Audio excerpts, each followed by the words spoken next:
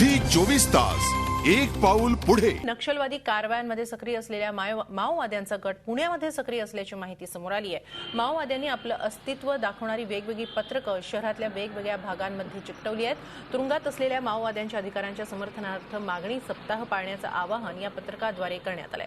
माओवाद्यांच्या पत्रकबाजीचे प्रकार यापूर्वीही पुण्यामध्ये घडले होते। या प्रकरणी पुण्यातून काही नक्षलवाद्यांना अटकही करण्यात आली होती। त्यामुळे सांस्कृतिक राजधानी म्हणून गौरवण्यात येणारं पुणे शहर माओवाद्यांचा अड्डा बनलंय असंच म्हणावं लागेल।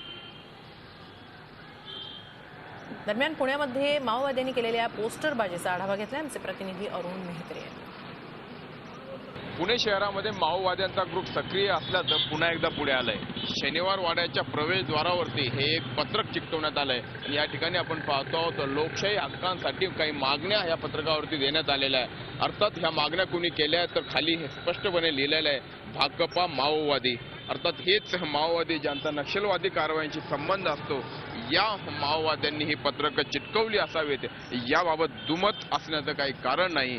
वर्षभरापूर्वी देखील पुण्यामध्ये अशाच प्रकारची पत्रकं चिकटवण्यात आली होती आणि एकच खळबळ सगळीकडे उडाली होती। त्यानंतर हे पत्रकं कोणी चिकटवलीत याचा शोध घेण्याचा प्रयत्न देखील केला गेला, मात्र त्याचा फारसा उपयोग झाला नाही। आज पुन्हा एकदा पुण्यातल्या शनिवार वाड्यासह बालगंधर्व रंगमंदिर शिवाय पुण्यातला हा पुणे श्रमिक पत्रकार संघ अशा वेगवेगळ्या परिसरामध्ये ही पत्रकं चिटकवण्यात आलेली आहेत। पुण्यासारख्या शहरामध्ये माओवाद्यांचं हे पुणे शहर हे एक भरती केंद्र किंवा संपर्क केंद्र असल्याचं वेळोवेळी स्पष्ट झालेलं आहे आणि आज या ठिकाणी चिटकवण्यात आलेली ही पत्रकं त्याचीच प्रचिती म्हणावी लागेल। आणि म्हणूनच अशा पद्धतीनं जर नक्षलवाद्यांच्या कारवाया वाढल्या तर ती नक्कीच चिंतेची बाब आहे।